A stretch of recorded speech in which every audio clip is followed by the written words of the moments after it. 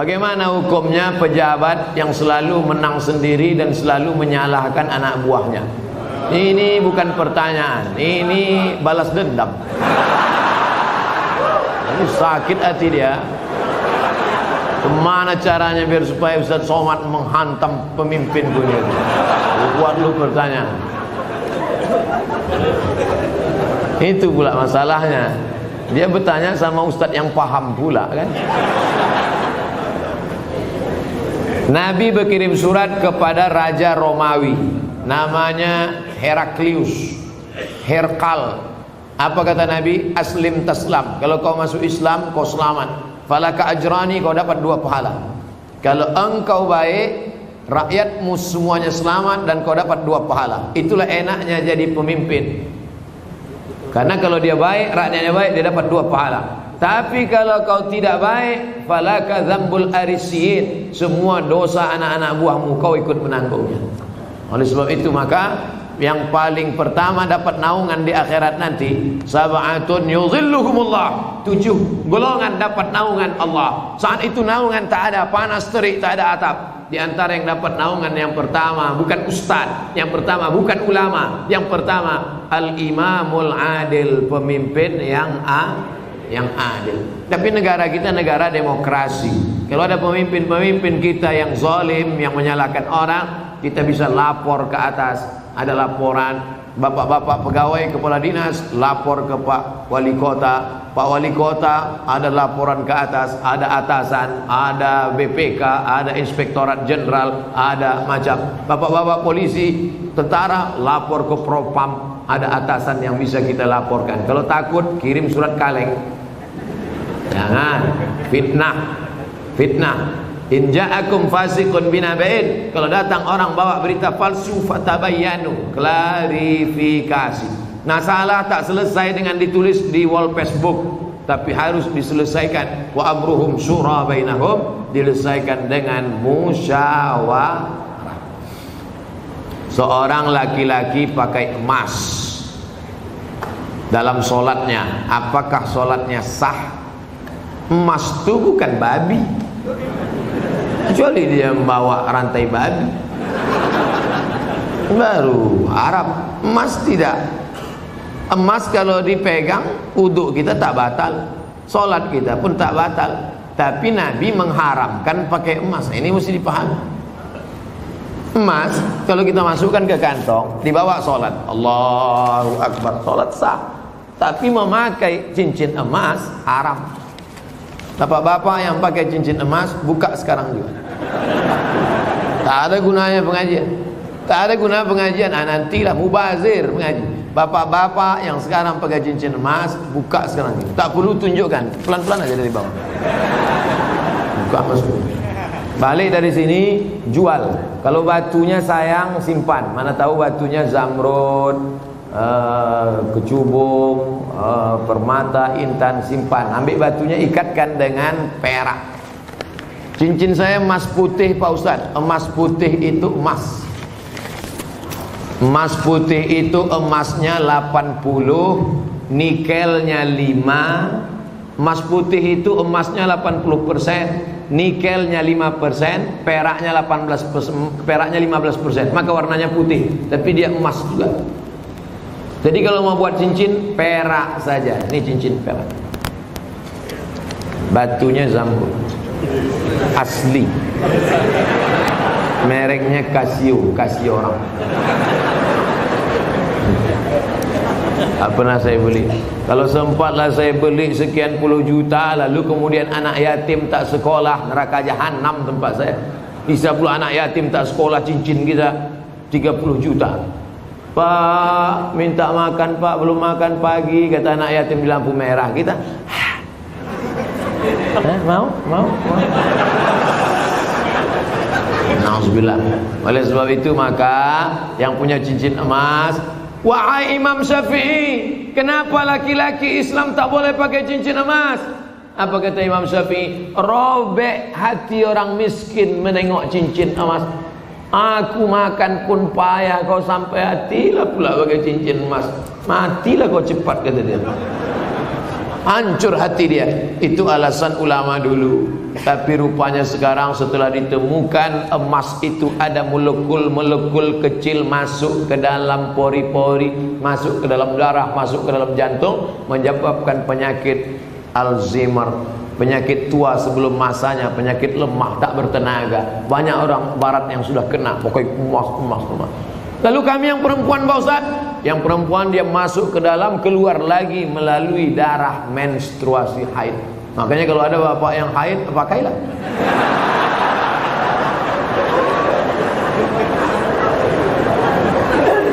Saya selalu ketiduran, tak dapat sholat subuh. Orang yang tak sholat subuh karena ketiduran, ada hadisnya. Man nama, siapa yang tidur, walam yusalli, sampai tak sembahyang subuh, balas syaitanu fi uzuni, setan kencing di telinganya. Yang tadi tak sembahyang subuh, itu tertulis di sini, toilet setan.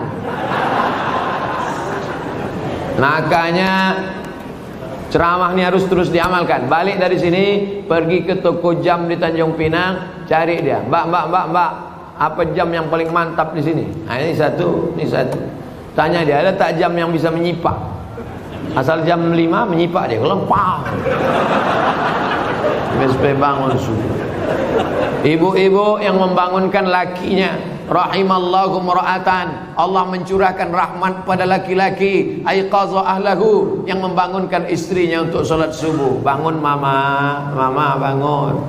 Bangun ibu. Tapi sekarang tak jelas lagi dunia ini, Ustaz.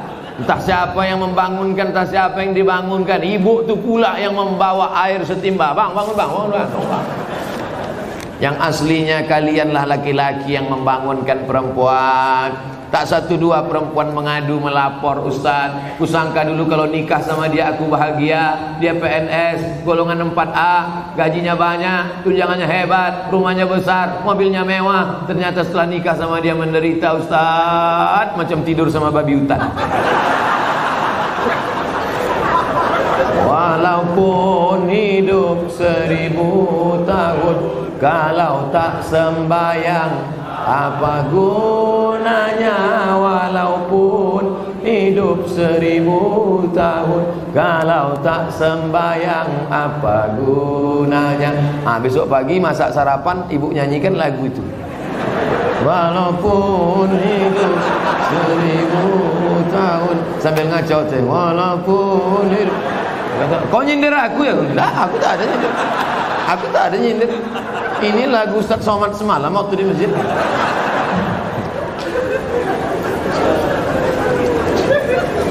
Ustaz, apa sah laki-laki sholat di rumah tapi tak di masjid? Laki-laki sholat di rumah, laki-laki solehah. Laki-laki sholat di masjid. Ini masjid kota Tanjung Pinang dibangun tapi tidak sesuai lagi dengan kota. Tidak sempat lagi bisa dilebarkan. Parkir sudah sulit, masyarakat sudah tertampung lagi. Makanya mesti dibangun nanti di lokasi yang baru, masjid yang lebih besar lagi. Amin.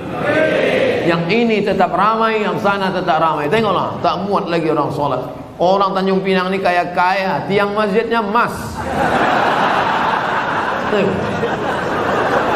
Ilaha illallah. Luar biasa. Orang susah mencari emas. Laki-laki di Tanjung Pinang tak ada yang pakai emas, karena mereka mau menunjukkan kayanya bukan dengan cincinnya, tiang masjidnya emas. Hebatnya lagi di Tanjung Pinang, walaupun tiang masjidnya emas, tapi jendelanya tak pakai kosen. Menunjukkan apa? Aman. Tanjung Pinang aman, tak ada pencuri. Kadang-kadang kita masuk ke salah satu masjid, kotak infak dicor. Kotak infak pakai rantai besi, pakai gembok. Di sini aman. Coba tengok masjid, lampunya pula macam lampu Masjid Nabawi. Luar biasa, hebat. Entah emas tak kuningan.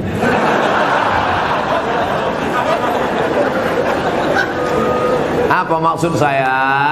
Nikmat yang sudah besar ini maka dibalas dengan sholat berjamaah. Tapi rasanya mengajak orang Tanjung Pinang sholat berjamaah mubazir.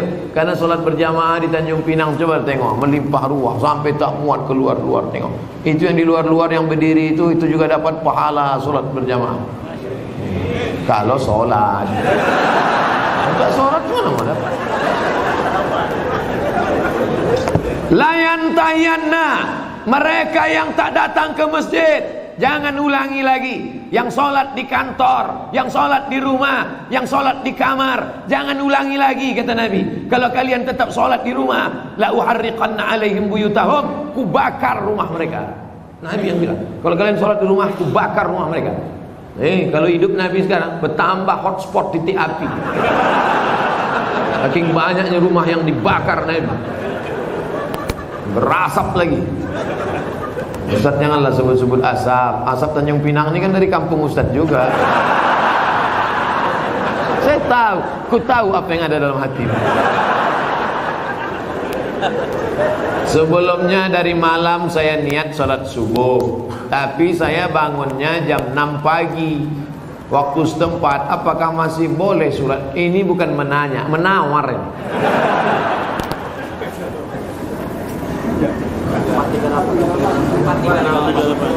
Subuh 438. Imsak subuh, zuhur, asar, maghrib, isya.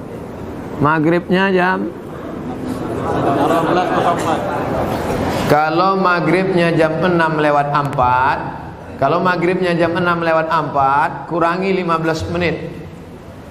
Begitu cara mengukur isyraq. Boleh sholat sunat isyraq itu 15 menit lewat syuruk. Syuruk matahari terbit. Syuruk matahari terbit. Jadi kalau begitu, syuruk matahari terbit di Tanjung Pinang jam 5.50. 5.50 tambah 15 menit baru boleh sholat sunat isyraq jam 6 lewat 5. Itu jam kita ini imsak ada tapi isyraq tak ada. Cara mudah untuk isyraq, tengok maghribnya. Jam berapa maghribnya, begitu boleh isyraq. Kalau maghribnya jam 6 lewat 4, maka boleh sholat sunat isyraq jam 6 subuh lewat 5. 15 menit sebelum itu subuh sudah habis. Maka di Tanjung Pinang untuk saat ini subuh sudah habis jam 5.50. Kawan dibangun jam 6. Ini kencing toilet setan juga. Oleh sebab itu jangan sampai tak sholat subuh. Bangun sholat subuh walaupun lambat jam 5.30. Ada waktu 20 menit lagi, jangan langsung sholat subuh, tapi qabliyah subuh. Karena qabliyah subuh khairum minad dunya wa ma fiha. Usolli sunnata subhi rak'ataini qabliyatan. Rakaat pertama qul ya ayyuhal kafirun. Rakaat kedua qul huwallahu ahad. Baru iqamat, baru sholat subuh. Jangan tinggalkan qabliyah subuh. Jangan tinggalkan qabliyah subuh walaupun terlambat. Apakah ambil zakat menunggu orang minta zakat atau mencari yang wajib zakat menerima zakat? Khuz, ambil. Ambil zakat, khuz, ambil. Bukan, ayo orang beriman berzakatlah. Yang mau zakat silakan, yang enggak mau enggak apa-apa. Bukan begitu bunyi ayatnya. Khuz, ambil. Makanya yang punya jabatan kekuasaan buatkan perda, peraturan daerah, bayar zakat. PNS, ASN, perusahaan, BUMN bayar zakat ke Basnas. Yang tak mau bayar zakat tekan materi 6.000, siap dipindahkan ke sejauh mata memandang. Bisa apa tak bisa? Sudah, kata Pak Wali. Sudah diterapkan. Langsung zakat potong atas. Abdul Somad jadi tim sosialisasi zakat provinsi 5 tahun. Bayarlah zakat. Tak takut orang. Tak ada jabatan, tak ada kekuasaan. Tapi begitu bupati tanda tangan perda bayar zakat, langsung 10 miliar. Selama saya ceramah, yang paling besar zakatnya Aceh Barat, Meulabu, 15 miliar kabupaten. 15 M. Pas saya ceramah sana, saya tak tahu. Saya pun ceramah di kampung saya di Riau ada kabupaten 10 miliar. Mereka senyum-senyum. Pas makan, berapa tadi Ustaz? 10 saya bilang. Kami 15 kata. Dalam hati saya Abdul Somad akan datang kalau mau ceramah tanya dulu. Pastikan kita lebih besar. Maka saya ingat betul itu, mau labuh itu 15 dulu 4 tahun yang lalu, sekarang lebih besar lagi.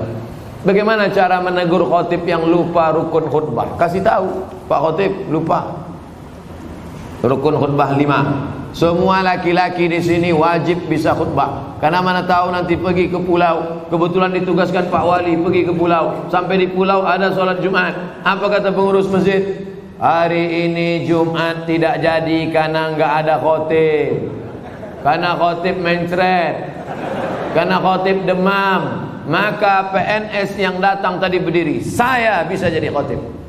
5 rukun khutbah. Naik ke atas mimbar, alhamdulillah wassalatu wassalamu ala rasulillah, ya ayyuhalladzina amanu taqullah, usikum wa nafsi bitaqwallah, Allahumma fir lil muslimina wal muslimat. Duduk. Habis itu tegak lagi, alhamdulillah, Allahumma salli ala sayyidina Muhammad, ya ayyuhalladzina amanu taqullah, usikum wa nafsi bitaqwallah, Allahumma fil muslimina wal muslimat. Dah, omat. Rukun khutbah cuma 5. Alhamdulillah, salawat, ayat, wasiat takwa, doa. Alhamdulillah, salawat, ayat, wasiat takwa, doa. Selesai sholat, Bapak dari mana? PNS Tanjung Pinang. Kok pendek kali rukunnya? Aku masih syukur bisa, kau tak bisa lagi.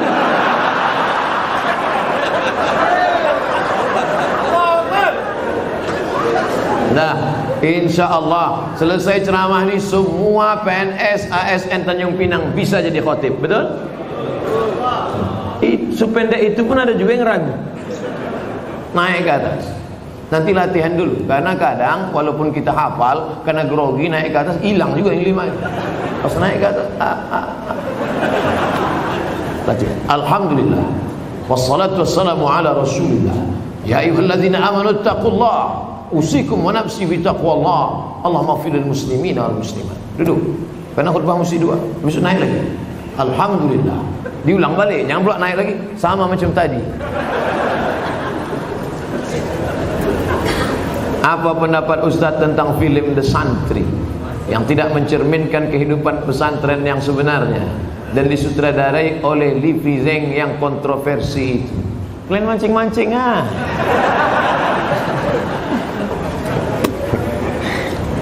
Udah banyak komentar udah.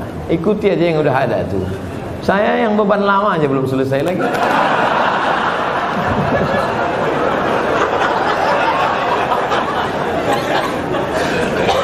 Haram hukumnya masuk ke rumah ibadah orang lain. Haram. Saya tak nonton film ini sampai habis. Baru menengok trailernya ini. Tapi di dalam itu yang bisa saya komentari, pertama masuk ke rumah ibadah. Karena Nabi tak mau masuk ke dalam tempat fihi surah wat tamathil, kalau di dalam itu ada patung berhala. Maka dalam Islam mazhab Syafi'i mengharamkan masuk ke dalam rumah ibadah di dalamnya ada berhala. Mazhab Syafi'i. Kita pakai mazhab apa? Mazhab Syafi'i. 2. Tentang masalah laki-laki perempuan berdua-duaan tak mahram. Anak-anak. La yakhluwanna rajulun ma'amra'atin illa ma'adhi mahramin. Oleh sebab itu maka kita jaga anak cucu kita dari perbuatan-perbuatan maksiat. Bahwa ada misi-misi sesuatu di balik ini semua, wallahu a'lam bishawab. Kita akan diminta tanggung jawab di hadapan Allah Subhanahu wa taala. Islam tak perlu diajari bagaimana berinteraksi sosial dengan saudara kita non muslim, karena kita sudah lama bertetangga, apalagi orang Tanjung Pinang. Seandainya orang Tanjung Pinang ini ekstrim, tak akan ada orang Tionghoa di Tanjung Pinang, betul? Kita semuanya bisa menerima, siapapun yang datang semua bertetangga, berkawan, bersahabat. Tapi kalau sudah dalam masalah ibadah, ritual, tak ada tawar menawar. Wala ana abidum ma'abatum wala antum abiduna ma'abud lakum dinukum. Ini sekarang banyak yang tak bisa membedakan kebablasan, tak bisa membedakan mana toleransi, mana tolerasin. Harus bisa dibedakan. Jangan karena toleransi mengorbankan keyakinan akidah anak-anak kita. Nauzubillah. Dan orang-orang yang pernah di pesantren pun ketika menonton itu, ini bukan anak pesantren. Anak pesantren tak begitu. Bagaimana tanggapan Ustadz tentang disertasi Dr. Abdul Aziz mengenai seks pranikah? Ini tulisan seorang bernama Sahrur. Siapa namanya? Sahrur, bukan Pak Sahrul. Pak Sahrul Pak wali kita. Seorang laki-laki namanya Sahrur. Sahrur artinya burung. Nama jenis burung, hitam warnanya. Itu nama dia, orang Suriah. Sahrur ini kuliahnya di Moskow. Aliran pemikirannya kiri. Apa itu maknanya kalau kiri? Komunis. Sahrur ini komunis. Sekolahnya di Moskow. Pulang dia dari Moskow, dibacanya Quran, dilepaskannya dari asbabun nuzul, dilepaskannya dari nasikh mansukh, dilepaskannya dari tafsir bil ma'thur, ditafsirkannya dengan pakai otak dia sendiri, dipakainya dengan ilmu bahasa. Pendekatannya dia selalu pakai bahasa. Makanya menurut Sahrur, aurat yang wajib ditutupi itu hanya yang berkerut-kerut saja, yaitu payudara dan kemaluan. Itu saja yang wajib ditutup, yang lain boleh dibuka. Sahrur ini sudah lama kontroversi. Tahun 90 dia sudah mengeluarkan buku itu, namanya Alkitab wal Quran. Cuman baru sekarang dipopulerkan, ditulis, dibawa ke kampus, lalu disidangkan, dan pada akhirnya menjadi kehebohan. Ingat, ada ilmu, tapi ada yang lebih tinggi daripada ilmu, adalah akhlak. Mana akhlak kita di hadapan manusia dan di hadapan Allah Subhanahu wa taala. Hai para cendekiawan, jaga akhlak, karena keilmuan kita akan dituntut di hadapan Allah. Kira-kira apa efeknya? Mengeluarkan disertasi bahwa hubungan laki-laki perempuan, suka sama suka, tidak dianggap sebagai zina. Kira-kira apa efek positifnya terhadap umat? Tak ada. Semua agama di dunia ini mengharamkan zina. Agama apapun. Tanyalah kawan-kawan kita yang Tionghoa, Konghucu, tanya saudara-saudara kita yang Kristen, Katolik, tanya sama dia, apakah dibenarkan? Tidak. Tak ada satupun yang melegalisasi perbuatan zina. Na'udzubillah. Apa boleh ketika halangan saya tetap menjaga wudhu dan zikir yang biasa saya? Perempuan yang berhalangan boleh berwudhu, perempuan yang berhalangan boleh tetap berzikir. Yang tak boleh baca Quran, tak boleh baca Quran, tak boleh pegang Quran, tak boleh iktikaf di masjid, tak boleh tawaf, tak boleh sholat, tak boleh puasa. Adapun berzikir tetap. Baca Quran yang ayat fungsinya sebagai doa boleh. Mana itu ayat sebagai doa? Naik kendaraan, subhanalladzi sakhkhara lana hadza wa ma kunna lahu muqrinin. Itu adalah ayat Quran, tapi fungsinya waktu naik kendaraan sebagai doa. Rabbana atina fid dunya, itu doa, tapi dalam ayat Quran maka fungsinya sebagai doa boleh. Apa hukum orang suka membid'ah-bid'ahkan orang lain, sementara perilakunya tidak memberikan contoh? Tadi kasihnya contoh bid'ahnya apa? Ada orang baca Yasin lalu dibid'ah. Kalian jangan baca Yasin lagi. Baca Yasin ini bid'ah. Jadi kalau ada orang membid'ahkan kami baca Yasin, cuman apa Ustaz? Baca aja terus sampai dia capek. Dua kemungkinan. Kalau dia capek, kita terus. Kalau kita capek, dia terus.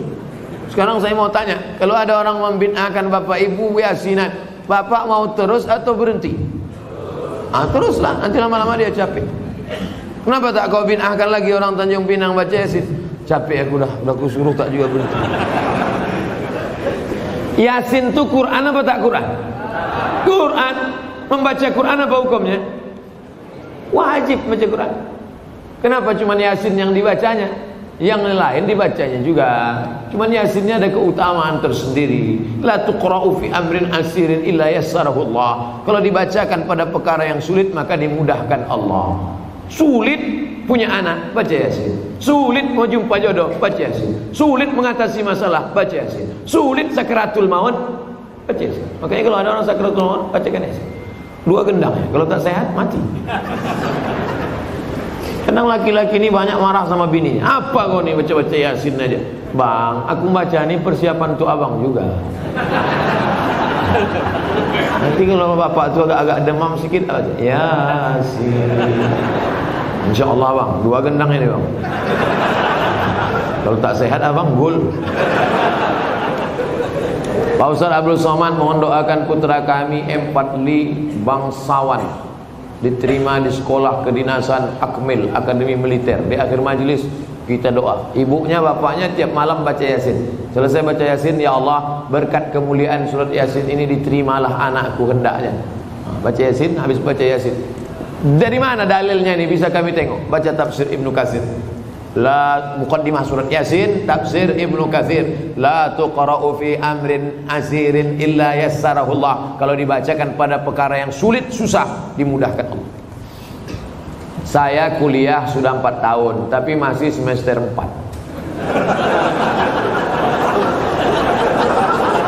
Harusnya sudah semester 8. Saya tak bisa lanjut karena kampus saya tak lengkap peralatannya. Oh, bukan salah dia. Oke, jangan mudah kita suuzon. Harusnya di semester 5 ini saya ujian dan praktek.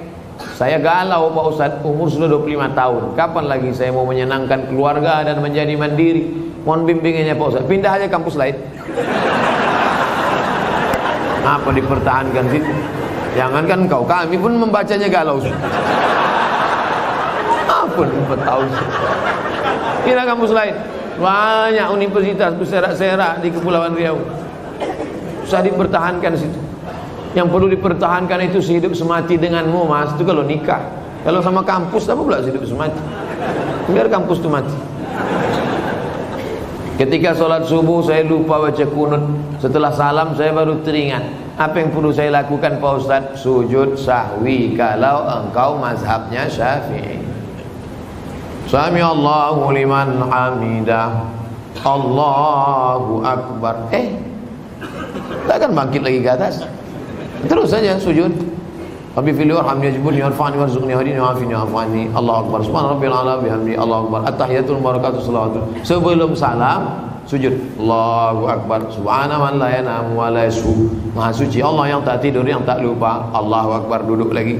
Sujud lagi, sujud 2 kali. Allahu akbar. Subhana man la yanamu wa la yashu. Allahu akbar. Baru salam. Assalamualaikum warahmatullahi. Begitu juga jadi imam. Imam lupa doa kunut dalam mazhab Syafi'i sujud sahwi. Kalau imam sujud sahwi saya ikut tak apa? Ikut. Ini banyak juga makmum tak ikut. Imam sujud sahwi dia diam aja. Assalam, kau kenapa tak sujud sahwi? Yang lupa kan dia, aku tidak. Nak ikut imam. Ju'ilal imam liutamma bih. Yang tak baca kunut tu mazhab apa Pak Ustaz? Hambali. Hambali sama Hanafi tak ada kunutnya. Makanya di Masjidil Haram waktu Bapak Ibu umrah kemarin ada pakai kunut subuh. Tidak. Masjidil Haram tak pakai kunut subuh karena imamnya mazhabnya Hambali sejak tahun 1924. Sejak 1924 mazhabnya Hambali. Sebelum itu Makkah itu mazhabnya Syafi'i. Terjadi revolusi King Abdul Aziz. Yang sekarang ini Salman bin Abdul Aziz menggantikan abangnya Abdullah bin Abdul Aziz, menggantikan abangnya Fahad bin Abdul Aziz, menggantikan abangnya Khalid bin Abdul Aziz, menggantikan abangnya Faisal bin Abdul Aziz, menggantikan abangnya Su'ud bin Abdul Aziz, menggantikan ayahnya King Abdul Aziz. Jadi sejak Abdul Aziz geng ini aja dia bermazhab Hambali. Sebelum itu dulu mazhabnya Syafi'i. Dulu mazhab paling besar di Makkah itu mazhab Syafi'i. Nama orang yang terakhir menjadi penguasa Makkah keturunan Nabi Muhammad namanya Syarif Aunur Rafiq. Aunur Rafiq. Aun pertolongan, Rafiq Allah SWT. Aunur Rafiq pertolongan Allah SWT. Saya telah selesai subuh. Setelah itu datang orang ngajak sholat lagi. Apakah boleh saya sholat lagi Pak Ustaz? Ngajak-ngajak makan lah. Ngajak sholat. Kata orang sekarang, kalau ngajak-ngajak makan lah, apa pula ngajak sholat? Apakah ada tradisi zaman sahabat Nabi ngajak sholat? Ada. Hadisnya sahih, sahih. Nabi sholat di masjid. Selesai Nabi sholat di masjid, Nabi pulang. Sahabat tadi tak pulang, dia tetap di masjid. Lalu kemudian ketika dia sedang duduk, datang orang kampungnya terlambat sholat. Kata orang kampungnya, kami ingin sholat lagi tapi ingin ngambil berkah kau jadi imam. Maka dia jadi imam, diulangnya sholat sekali lagi. Apa pelajaran dari sini? 3. Pertama, bahwa kita boleh sholat 2 kali. Sholat pertama menggugurkan kewajiban. Sholat yang kedua mencari fadilah, keutamaan. 2. Bahwa imam boleh sholat sunat, makmumnya sholat Karena dia yang pertama tadi sholat wajib, yang kedua itu sholat dia terhitung sholat mencari fadilah sunat, sedangkan makmumnya sholat wajib. Itulah dalil dalam mazhab Syafi'i, boleh imamnya sholat sunat, makmumnya sholat wajib. Masuk kita ke masjid, ada nampak orang sholat, kita tepuk bahunya, kita pun sholat.